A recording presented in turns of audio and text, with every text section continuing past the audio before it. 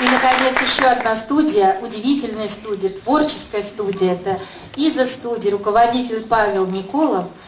Эта студия создала, мы с вами свидетели, очень много прекрасных выставок. И вот, пожалуйста, преподавателю студии я предоставляю слово.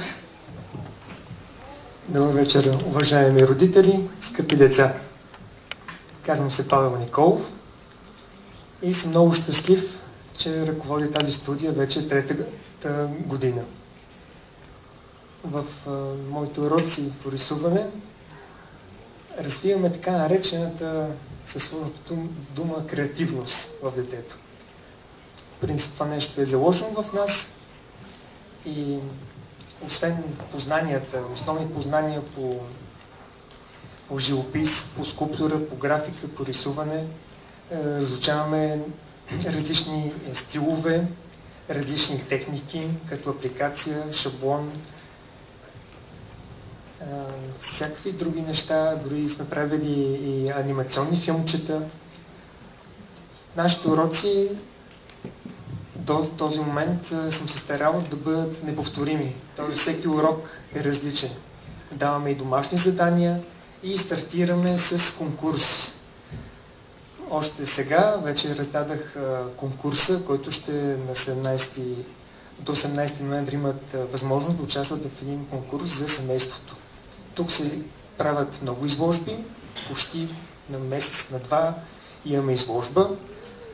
Също така се канят други художници, които да провеждат мастер-класове, да не бъдат само обучението от мен. Миналата година имаше 4 мастер-класове с руски карикатуристи и руски кукли правиха и специална текстилна техника.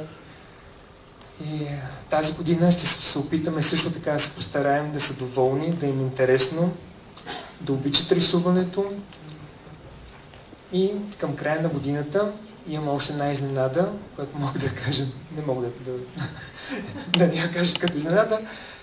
Има един пленер, на който ще се опитам да подготвя най-добрите ученици, така че се старайте. Най-добрите ученици ще отидат на пленер, на международен пленер за порисуване. Да, удоволствие да работя с деца. Работя с деца от 2000-та година, така че обичам ги, те ме обичат и надявам се да се разбираме с новите деца, които ги наричам художници, защото всеки е художник,